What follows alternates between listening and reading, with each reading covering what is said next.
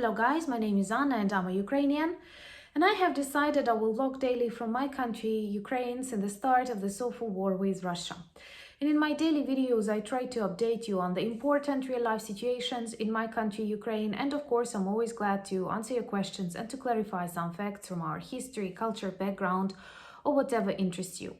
And today is a difficult and dangerous day for Ukraine and the world in general, as dictator Putin demonstrates another level of his craziness. And a typical morning today all over Ukraine looked different, and we woke up to the sounds of air raid alarms, and they were really long.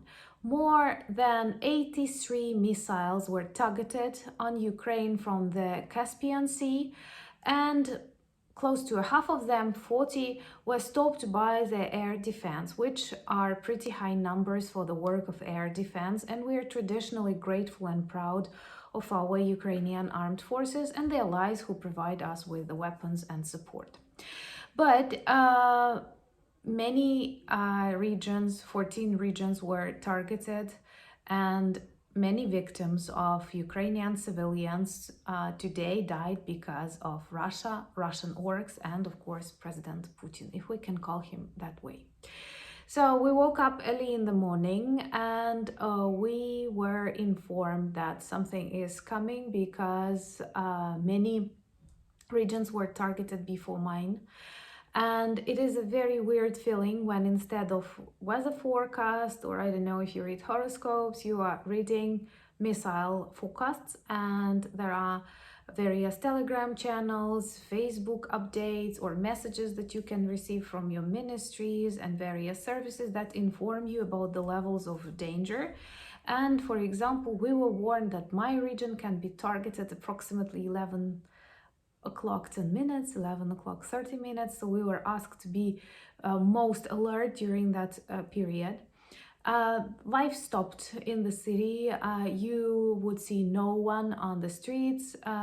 Universities stopped even online classes. We returned to offline classes, and I have showed you that in one of my previous vlogs, but today we don't have even online classes because it was a very difficult day, and it still is. In Kyiv, lots of civilian objects were targeted, including park and university buildings. So if you have any doubt that Russia is a terrorist state, please forget about that and just check the news. I saw the footage from the places that were targeted, and you could see literally people doing their morning run or walking with children, and then missile hits the ground and destroys half of a park. Personally, I always believe that parks are kind of safe, because why do you need to destroy a park? But first of all, Russians don't care about anything, and second, they are not professional, so maybe they have targeted something else. Anyway, we were very attentively following the things happening all around, and I know that many Ukrainian cities were targeted, small and big: Kyiv, Lviv, Zaporizhia, Odessa, Vinnytsia, Ternopil, Ivano-Frankivsk and Rivne region. So anyway, it was like a massive attack combined with the news from the Belarus, and perhaps I will have a separate vlog on that. But once again, they're talking about a direct attack on Ukraine. For me, Belarus is for a long period of time a country at war with Ukraine, though their population is more active and against this war if we compare with Russians. But at the same time, the territory of Belarus, the military infrastructures of Belarus is long ago used by them. So what I was doing today, instead of preparing for my classes or for my videos, or I don't know, drinking coffee, I was repacking my go-to bag. Because it is perhaps the third time that I repack it, because first it was winter, then it was summer season, now we are coming back to cold nights, and it was like 3 Celsius here at night, so I had to repack the clothes in case, I don't know, Russian soldiers come to my city. That is an encounter I would not like to experience, but I don't plan to flee Ukraine unless something like very dangerous is happening, like my region is occupied. Then Perhaps that will be the only reason. But as long as it is not occupied or there are no signs of direct occupation, we will work on the common victory. And of course we will, because this attack, this demonstration of terrorism is nothing else than the agony of Putin's regime, and the whole world sees that and reacts to that. So it won't bring Putin any victory. You know, I was so inspired by people when I scrolled Facebook pages, for example, and I saw that many of them compare this day to the 24th of February, but at the same time very different, because on the 24th of February we were in panic, we were afraid, and today it is just anger and the desire of revenge that you feel to Russia, not fear.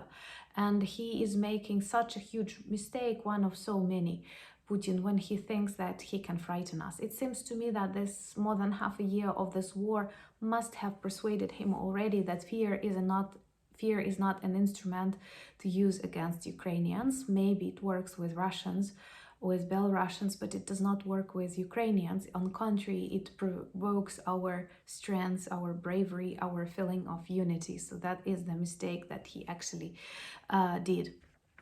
And by destroying civilian objects like parks, universities, trade centers, he only shows his evil face to the rest of the world and unites our allies against him.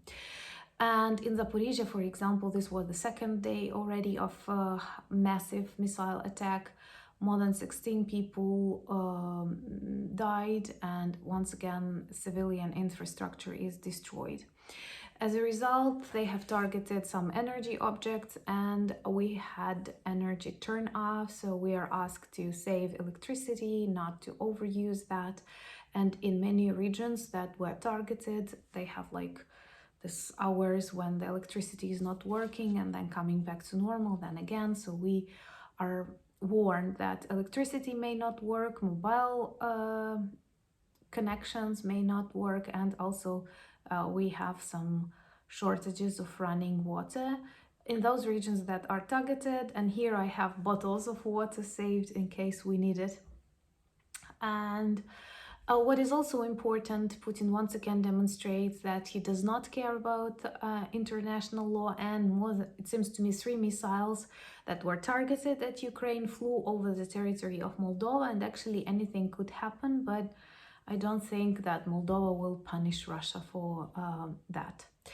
And as a reaction to these terrorist attacks all over Ukraine, Zelensky called G7, and Olaf Scholz supported his idea, so perhaps pretty soon we will be able to observe the discussions of G7, and hopefully this will help to react and to unite our allies. And the news from Belarus are supposed to terrify Ukrainians and to cause panic, but this is just the country what they get. They only get stronger, more united, and more angry, more severe, more fierce Ukrainians that are a danger to poor mobilized orcs. And well, definitely I cannot say, you know, this is a proverb that we have learned at school, practice makes perfect. Something that you are meant to use when you talk about your experience, I don't know, studies, riding a bicycle, but it also works in the military sphere. And all Ukrainians are very prepared. We all have our go-to bags. We know where to go, what to do. In the majority of cases, we have like some storages of things that we need. And at the same time, we know that we have already won this war. We feel really sorry and really bad about these people who die daily because of Russian agony and Russian anger. But it won't give them anything. You cannot win this war, Putin, because your explanation, motivation, actions, all of that is total bullshit, honestly. You know, I don't like using bad words, but look at the invincible Russian army. They have changed the head of the army for the 3rd time or something, and perhaps this is his hello to Ukrainians, and they demonstrate that they can target as crazy civilian objects with old Soviet missiles. Come on, this is not cool.